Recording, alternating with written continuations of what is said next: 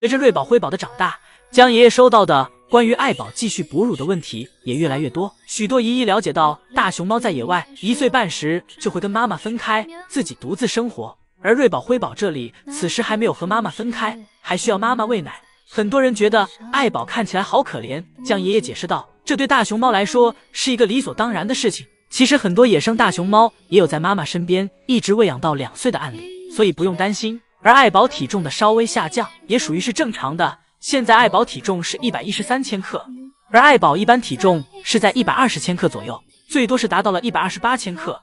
但不能刨开实际去单独看体重，因为爱宝带着瑞宝、辉宝2个孩子，不管怎样能量都会有一些消耗，所以对爱宝的体重不用这么敏感。江爷爷又介绍了一些关于大熊猫体重会下降的情况，例如繁育时，亦或是像爱宝之前跟乐宝谈了一段时间的恋爱，但一直都没怀上宝宝，这也会容易掉体重，因为大熊猫会出现假孕的情况，但这些慢慢都会恢复过来的。除此之外，江爷爷对瑞宝、辉宝还有一些细节的观察。瑞宝虽然体重一直追不上辉宝，但是大姐的身份，瑞宝一直都是当得有模有样的。每次面对新鲜事物时，辉宝都会给姐姐推出去，让姐姐去观察。姐姐观察好了，适应好，这时辉宝再登场，这一点和人特别像。瑞宝很有姐姐样。今天下班，辉宝又不给面了，吃了送3岁的小苹果，还不配合送3岁，甚至故意爬到高的地方，让送3岁够不着自己。但送3岁也成长了，眼看辉宝不听话，转头就走了，跟辉宝玩上冷暴力了。今天下班点到了时，依旧是只有瑞宝自己醒着。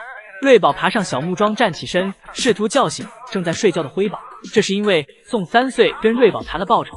此时的宋3岁眼看园区只有瑞宝醒着，便给瑞宝喊了过来。宋3岁以1块小苹果为报酬，让瑞宝喊辉宝下来。瑞宝从小就讲诚信，吃完小苹果后就回去叫辉宝了，只不过自己能力有限，瑞宝发现自己根本叫不动，宋3岁便让瑞宝先自己回家。不过这是爱宝醒了，宋3岁眼看爱宝醒了，立马送上小苹果，防止爱宝一会儿再重新睡过去，用小苹果给爱宝提提神。爱宝看到小苹果后没有犹豫，立马转头过来给小苹果吃掉。爱宝吃完小苹果，看了看通道门，爱宝这时知道宋3岁为什么送小苹果了，就是为了让自己回家。爱宝从不白吃人东西。爱宝消化完小苹果后，便从小亭子上下来，走回了家。这时便只剩辉宝了。宋3岁带着诚意来到园区，一手的小零食。宋3岁先是给树上的竹子扯了下来，准备大干一场，接着站上去喂给了辉宝1块小苹果。本想趁辉宝还没反应过来就给辉宝推下去，哪知辉宝反应的这么快，一下打破了宋3岁的计划。辉宝站在最高的树杈上，让宋3岁够不着自己。宋3岁这趟白出来了，甚至还赔了好几块小苹果。而对于辉宝的下班，这下只能看辉宝自己的心情了。看看辉宝40厘米的腿究竟多远，而这个数值是怎么来的呢？这一切都怪宋3岁。昨天在宋3岁个人演讲中，有姨姨提问了宋3岁。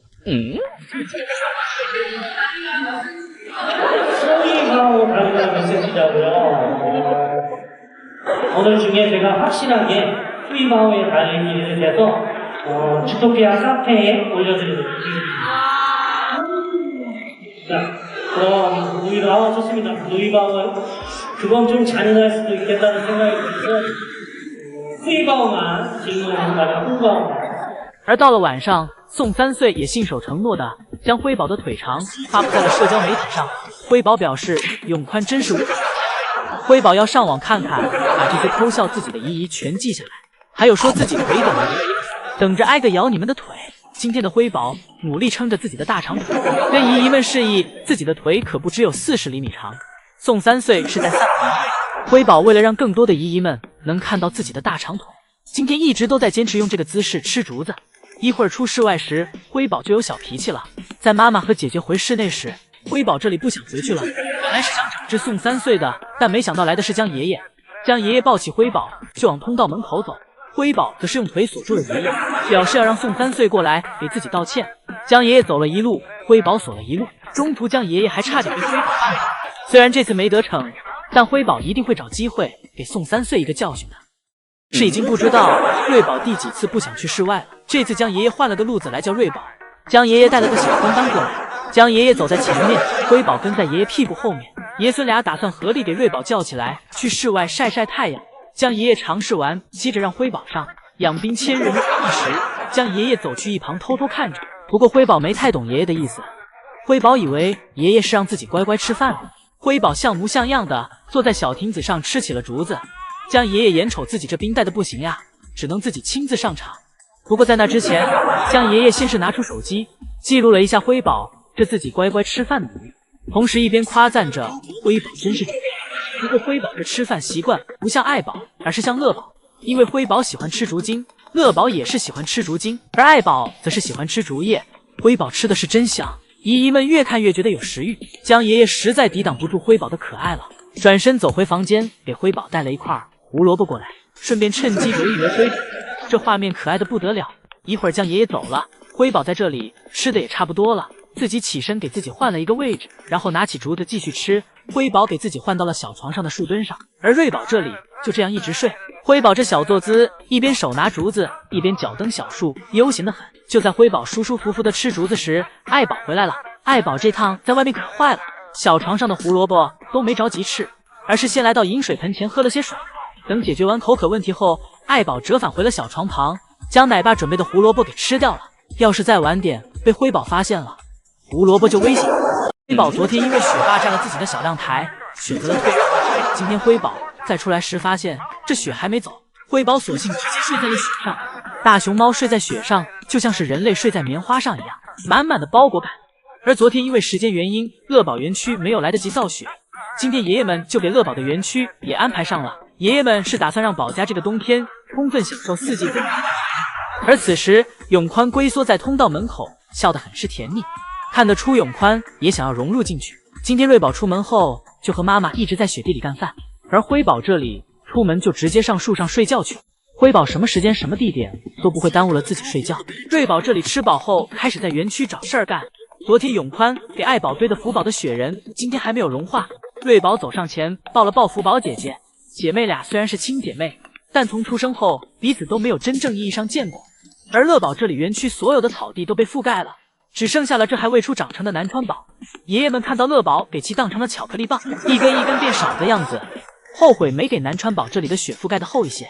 跟福宝姐姐打完招呼的瑞宝一个翻滚又钻进了妈妈的竹子堆里。此时的园区满是温馨与治愈，而永宽这里就这样偷偷在门口蹲着，用手机记录着这一画面。